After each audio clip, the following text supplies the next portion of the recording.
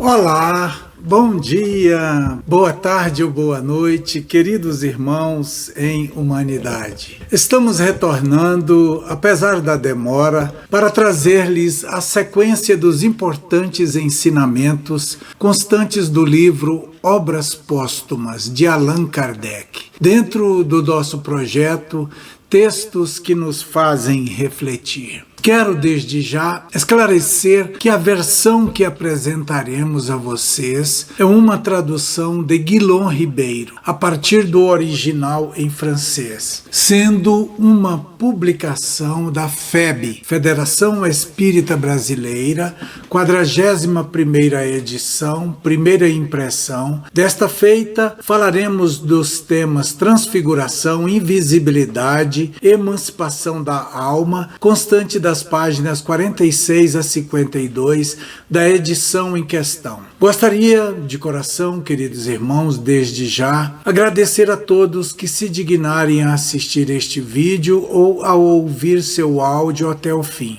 Mas preciso solicitar a todos um gesto de caridade, no sentido de compartilharem este vídeo com pessoas de seus contatos, para que mais e mais irmãos possam vir a ter conhecimento de mensagens edificantes, tais como essas, que poderão vir a ser verdadeiros sinais de luz para todos que buscam um caminho seguro ou mesmo uma luz no fim do túnel. Iniciando, vamos começar então pelo tema 3, transfiguração, invisibilidade. Tais assuntos encontram-se no item 22, quando Allan Kardec escreveu que os perispíritos das pessoas vivas gozam das mesmas propriedades que os dos espíritos livres. Como já foi dito, os daqueles não se acham confinados no corpo. Irradiam e formam em torno destes uma espécie de atmosfera fluídica. Ora, pode suceder que, em certos casos e dadas as mesmas circunstâncias, eles sofram uma transformação análoga à já descrita. A forma real e material do corpo se desvanece sob aquela camada fluídica, se assim nos podemos exprimir, e toma por momentos uma aparição inteiramente diversa, mesmo a de outra pessoa ou a do espírito que combina seus fluidos com os do indivíduo, podendo também dar a um semblante feio um aspecto bonito e radioso. Tal fenômeno é o que se designa pelo nome de transfiguração, bastante frequente e que se produz principalmente quando as circunstâncias ocorrentes provocam mais abundante expansão de fluido. O fenômeno da transfiguração pode operar-se com intensidades muito diferentes, conforme o grau de depuração do perispírito, grau que sempre corresponde ao da elevação moral do espírito. Cinge-se às vezes, a uma simples mudança no aspecto geral da fisionomia, enquanto doutras vezes dá ao perispírito uma aparição luminosa e esplêndida. A forma material pode consequentemente desaparecer sob o fluido perispirítico, sem que se faça para isso necessário que o fluido assuma outro aspecto. Por vezes, apenas oculta um corpo inerte ou vivo, tornando-o invisível para uma ou para muitas pessoas, como o faria uma camada de vapor. Tomamos as coisas atuais unicamente como termos comparativos, sem pretendermos uma analogia absoluta que não existe, conclui Kardec inicialmente. Tal fenômeno, digo eu, queridos irmãos, sendo redundante, certamente se designa pelo nome de invisibilidade. Em seguida, Kardec irá esclarecer no item 23 que, abre-se aspas, estes fenômenos talvez pareçam singulares, mas somente por não se conhecerem ainda as propriedades do fluido perispirítico. Este é para nós um novo corpo, que há de possuir propriedades novas e que não se podem estudar senão pelos processos ordinários da ciência, mas que não deixam por isso de ser propriedades naturais,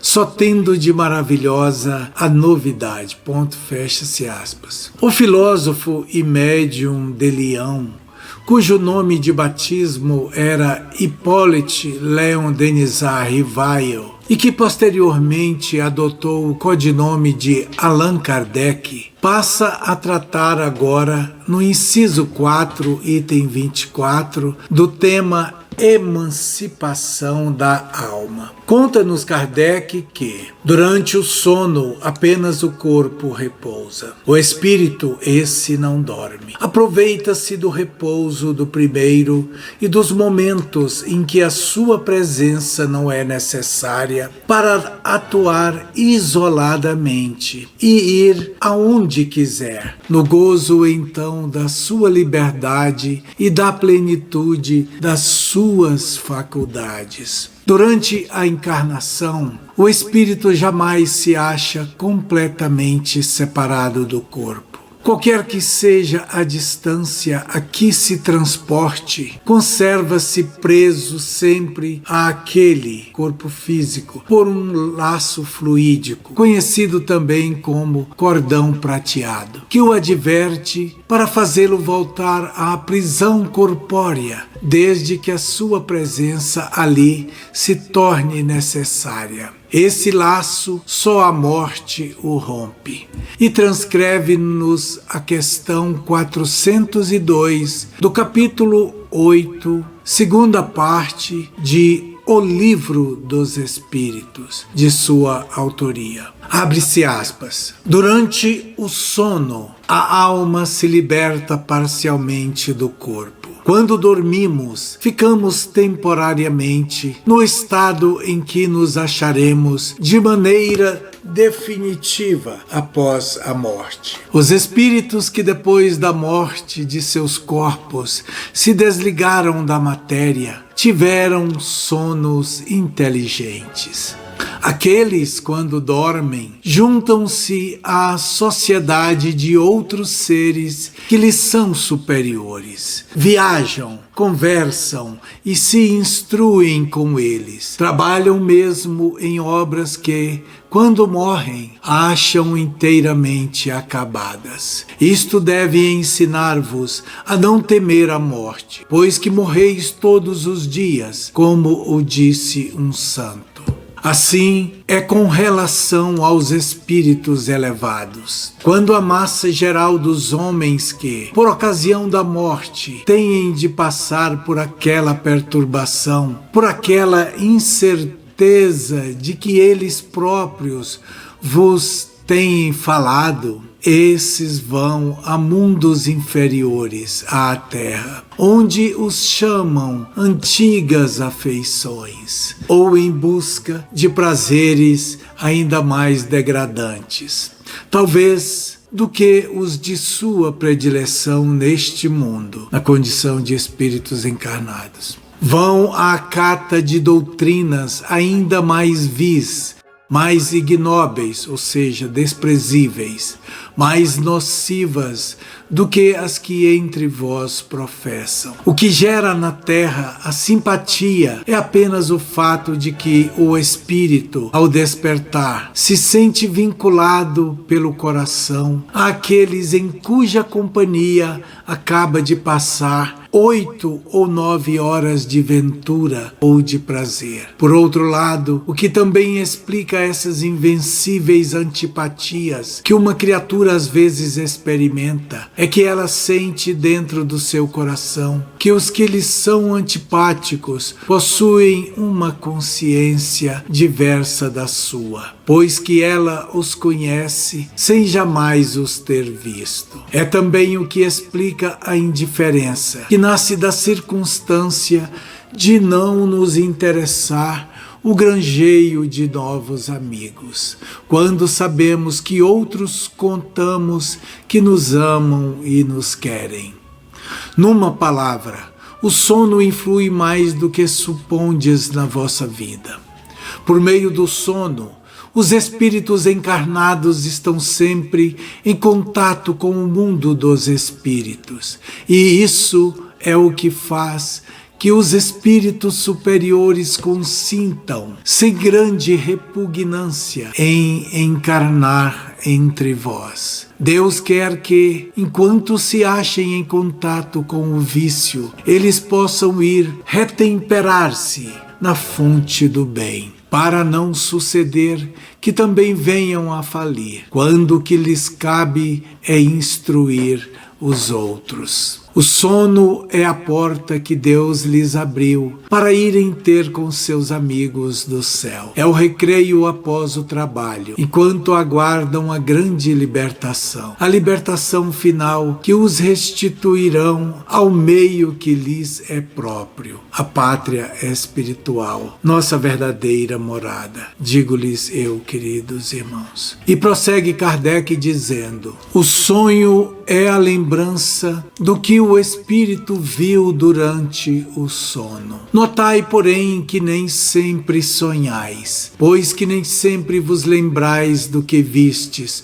ou de tudo que vistes. É que a vossa alma não se acha plena de todo o desenvolvimento de suas faculdades. Não é muitas vezes mais do que a lembrança da perturbação que experimenta à partida ou à volta, a qual se junta à recordação do que fizestes ou do que vos preocupa no estado de vigília.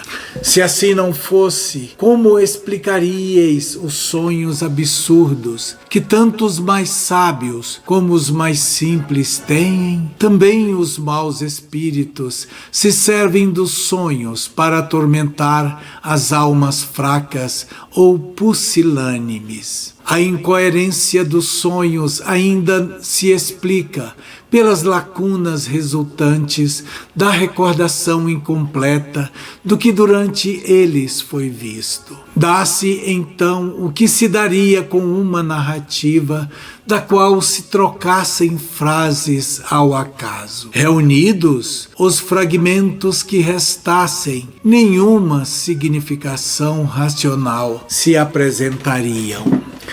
Concluindo essa parte dos estudos de hoje, queridos irmãos, transcrevo o que o codificador asseverou em relação ao tema emancipação da alma. Disse ele: em suma, dentro em pouco vereis desenvolver-se outra espécie de sonhos, tão antigos como os que conheceis, mas que ainda ignorais. O sonho de Joana d'Arc, o sonho de Jacó, os sonhos dos profetas judeus e de alguns adivinhos indianos são lembranças que a alma, inteiramente desprendida do corpo, conserva dessa outra vida de que vos temos falado. Ponto final, fecho aspas. Despedindo-me, queridos irmãos em humanidade, rogo ao boníssimo Pai Criador que nos abençoe e proteja a todos.